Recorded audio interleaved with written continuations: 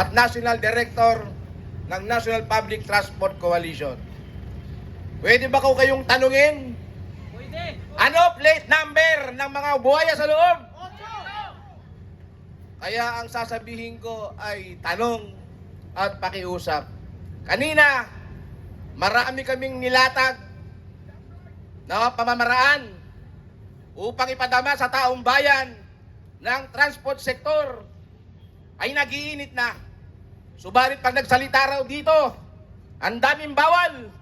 Pero pag magnagnakaw, walang bawal. Sabi nila, binubulungan ako ron. Sam, si Desio, bakit pa tayo nandito?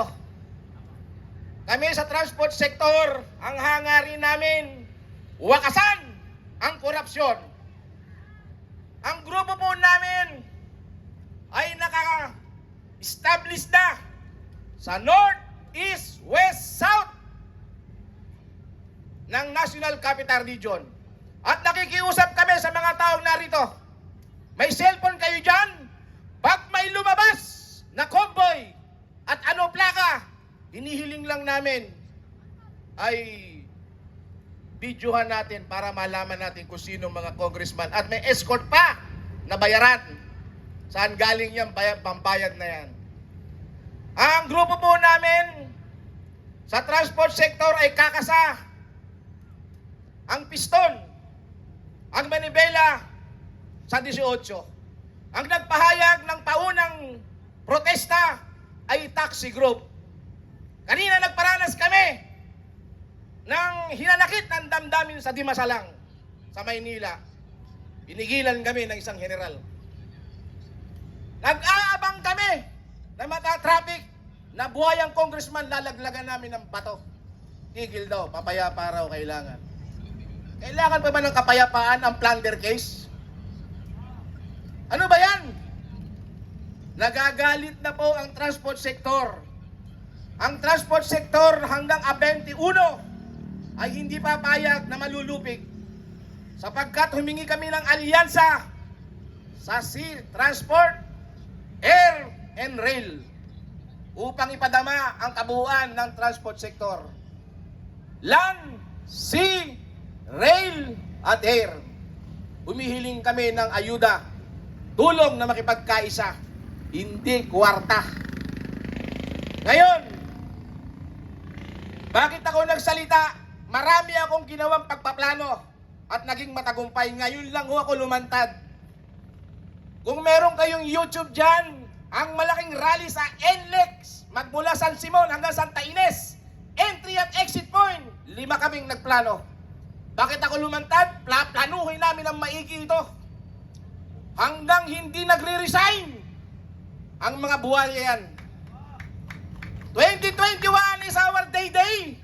2022 ng hating gabi.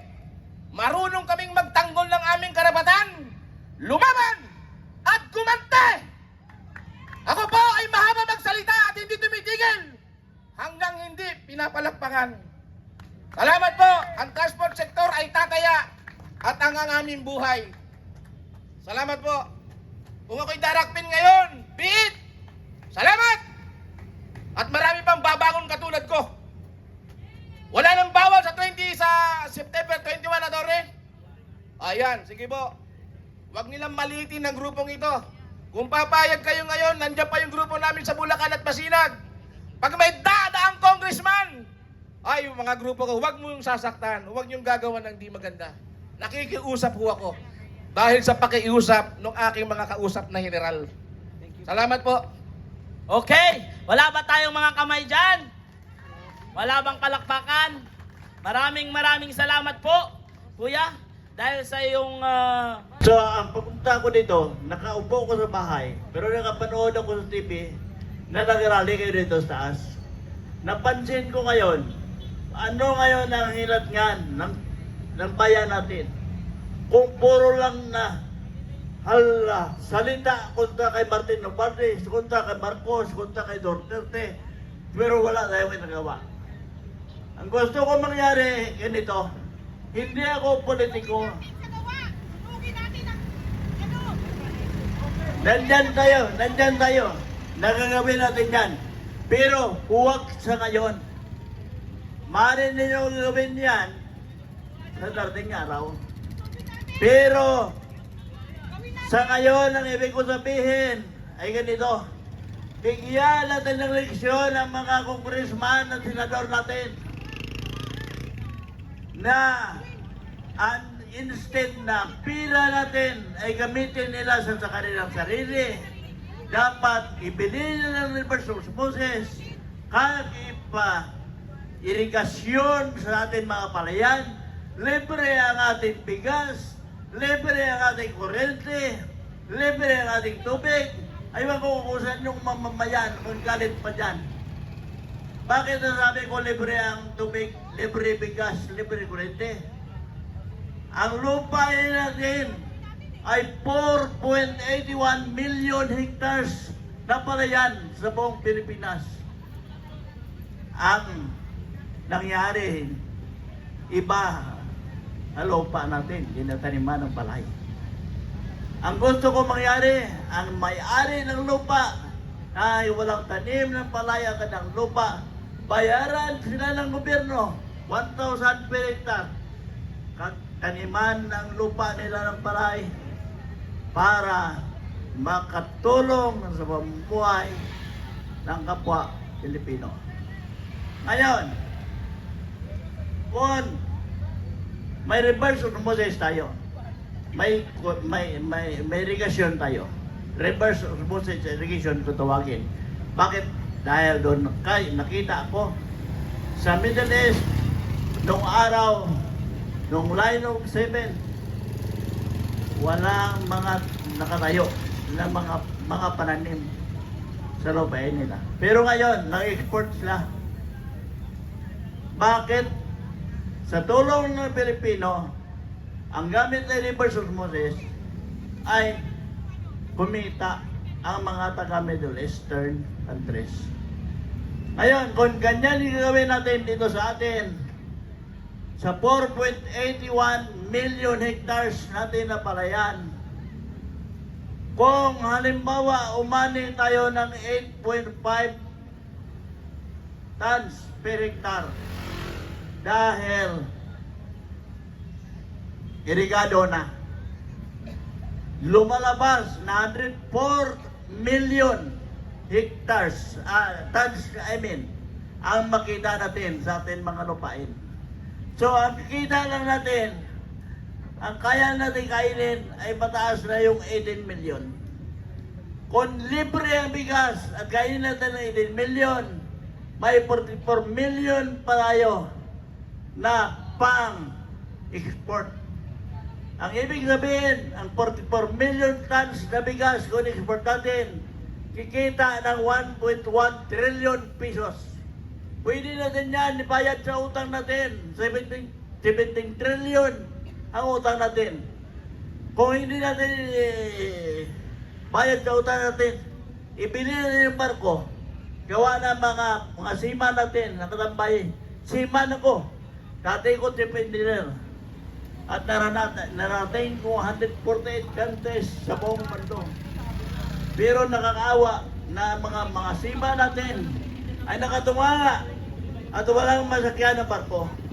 Kung ibili na natin ang 1 trillion, 1.1 trillion taon-taon ng barko, matulungan natin ang mga sima natin, matulungan natin ang mga tao sa pier, matulungan natin kayo lahat.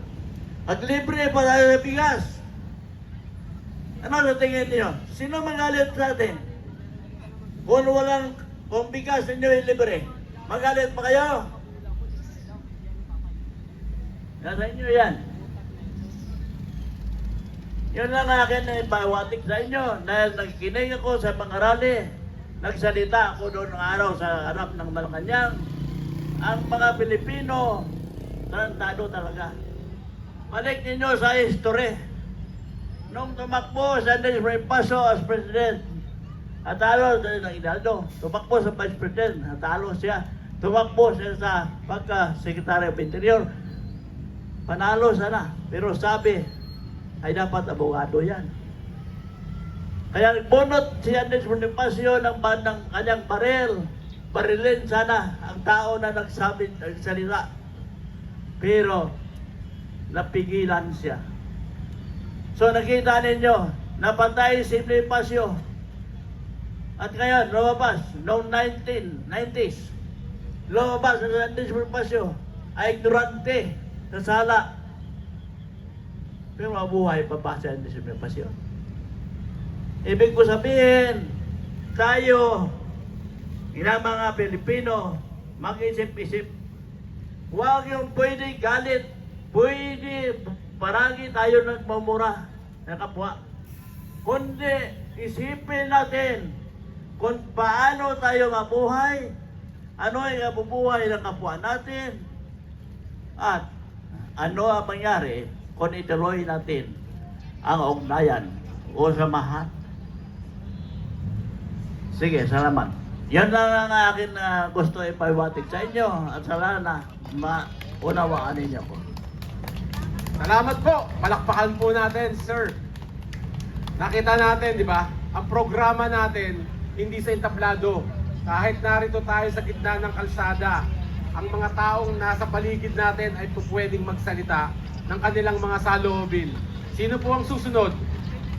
Na matapang? Yes, sir. Kabataan.